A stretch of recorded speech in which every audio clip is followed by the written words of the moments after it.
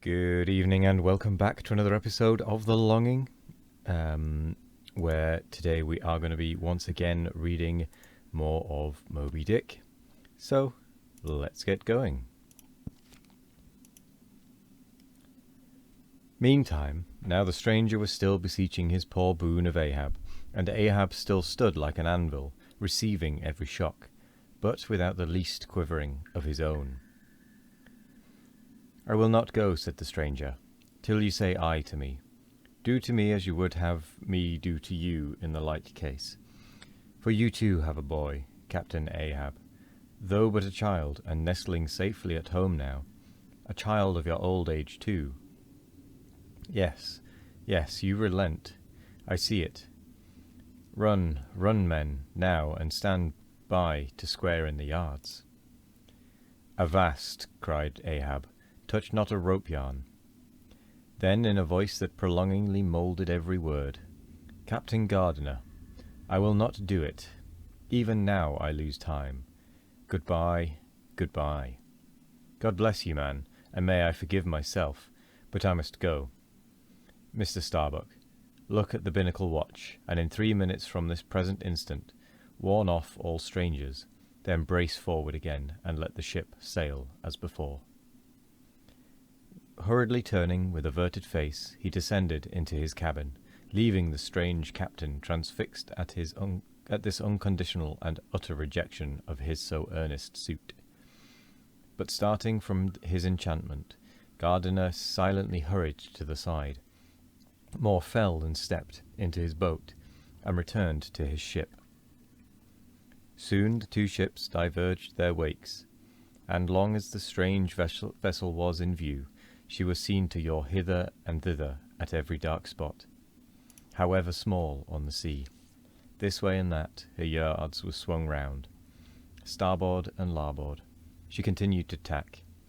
Now she beat against a head sea, and again it pushed her before it, while all the while her masts and yards were thickly clustered with men, as 3 tall cherry trees when the boys are cherrying among the boughs. But by her still halting course and winding woeful way, you plainly saw that this ship was so wept with spray. That this ship that so wept with spray still remained without comfort. She was Rachel, weeping for her children, because they were not. Chapter 129. The Cabin. Ahab moving to go on deck, Pip catches him by the hand to follow. Lad, I tell thee thou must not follow Ahab now. The hour is coming when Ahab would not scare thee from him, yet would not have thee by him. There is that in thee, poor lad, which I feel too curing to my malady. Like cures like, and for this hunt my malady becomes my most desired health. Do thou abide below here, where they shall serve thee, as if thou wert the captain. Ay, lad, thou shalt sit here in my own screwed chair. Another screw to it thou must be. No. Ye have not a whole body, sir. Do ye but use poor me for your one lost leg? Only tread upon me, sir. I ask no more, so I remain a part of ye. Oh, spite of a million villains, this makes me a bigot in the fadeless fidelity of man, and a black and crazy. But methinks like cures like applies to him too. He grows so sane again. They tell me, sir, that Stubb did once desert poor little Pip, whose drowned bones now show white, for all the blackness of his living skin. But I will never desert ye, sir, as Stubb did him. Sir, I must go with ye. If thou speakest thus to me much more, Ahab's purpose keels up in him. I tell thee no, it cannot be. O good master, master,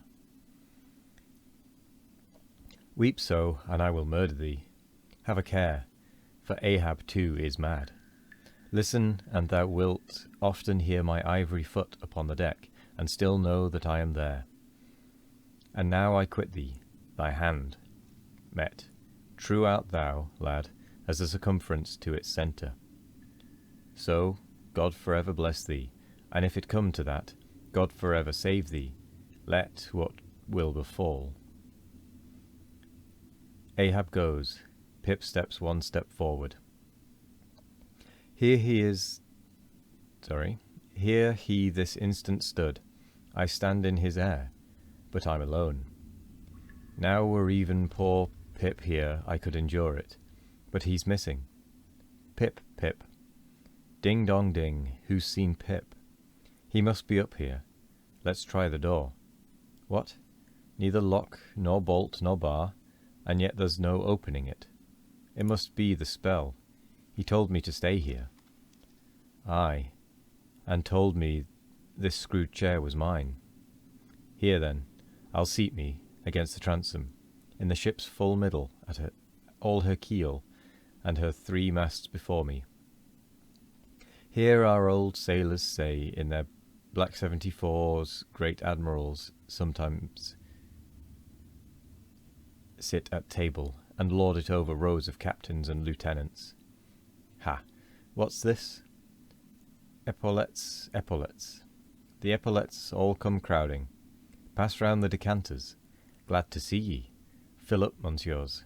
What an odd feeling now, when a black boys host to white men, with gold lace upon their coats.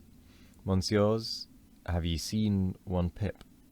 A little negro lad, 5 feet high, hang-dog look, and cowardly. Jumped from a whaleboat once. Seen him? No? Well then, fill up again, captains, and let's drink shame upon all cowards. I name no names. Shame upon them. Put 1 foot upon the table. Shame upon all cowards.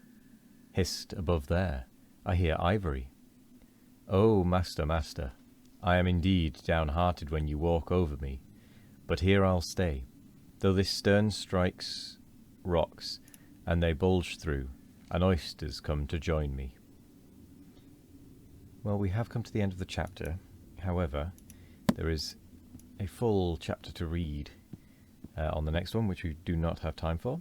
So we are instead going to do a drawing, which we should have time for. So we've done Moon most recently, so now we're going to draw Friend. So here goes. This should take us about 2 minutes, roughly, to do. Might take us a little bit less, but it's worth doing.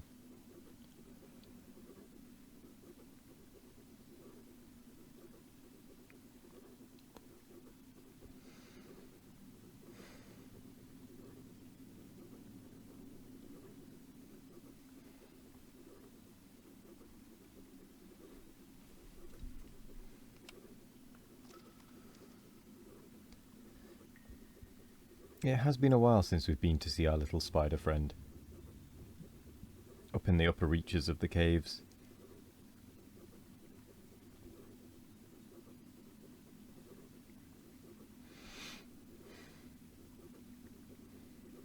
After all, I suppose we have been reading Moby Dick for quite some time.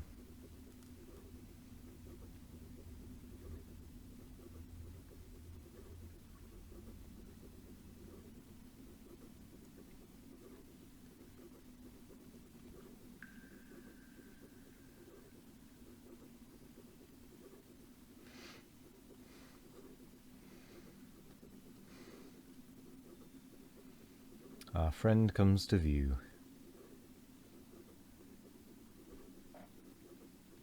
Or rather, comes into view. And we shall need to shift the moon over so that we can place our friend here for our reminder for the next one that we end up drawing.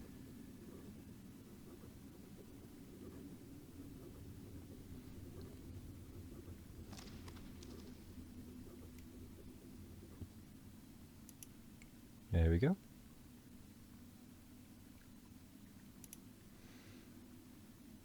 So let's see where we can pop the moon. We'll pop it there. We'd probably be fine keeping it on screen for a while, but just so I don't have to do it later. So I'm going to say thank you very much for joining me today. I hope you all have a wonderful morning, evening, afternoon or night, no matter what time of day it is. I hope you all have a wonderful one of it. And as always, we will be back tomorrow for more of The Longing. Goodbye.